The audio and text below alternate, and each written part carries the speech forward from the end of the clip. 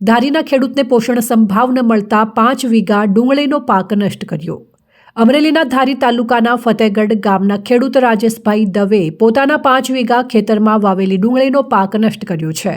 ડુંગળીના પોષણ સંભાવ ન મળતા અને કમોસમી વરસાદના કારણે પાકને નુકસાન થતાં તેમણે આ નિર્ણય લીધો હતો। ખેડૂતે પોતાના ખેતરમાં રોટાવેટર ચલાવીને ઊભા પાકનો નાશ કર્યો હતો। બજારમાં ડુંગળીના ભાવ ગગડી ગયા હોવાથી અને ખેતી ખર્ચ વધુ હોવાથી તેમને આ પગલું ભરવાની ફરજ પડી હતી।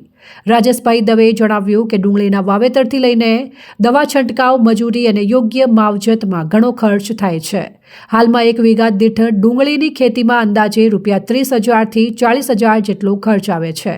તેમણે ઉમેર્યું કે કમોસમી વરસાદના કારણે ડુંગળીની ઉપજ ઓછી થવાની શક્યતાઓ પણ નહિવત છે। આ તમામ પરિબળોને કારણે તેમને પાક નષ્ટ કરવાનો નિર્ણય લેવો પડ્યો હતો। 6 વીઘાની ડુંગળી વાવેલી હતી। વીઘે 20,000થી 30,000નો ખર્ચો મારે થયો છે। આજે પણ મજૂરીના પૈસા થાય એમ નથી। મારી સાથે મેં ભાગ્યું આપેલું છે મંગાભાઈ સતડિયાથી છે, એને ભાગ્યું આપ્યું, એને મજૂરીના ખર્ચો નથી નીકળે। આજે મેં ટ્રેક્ટર મારે ચાલુ છે, વોટર મારી દીધું છે આખા ખેતરમાં 6 વીઘામાં। કોઈ વસ્તુ મારે કાંઈ નહીં। વરસાદની જે નુકસાની થઈ છે મારે તમામ નુકસાની વરસાદની તમામ ખર્ચો મારે 5 રૂપિયાની આવક થાય એવું નથી। આજે વોટર મેં ટ્રેક્ટર લઈને શરૂ કરી દીધું છે।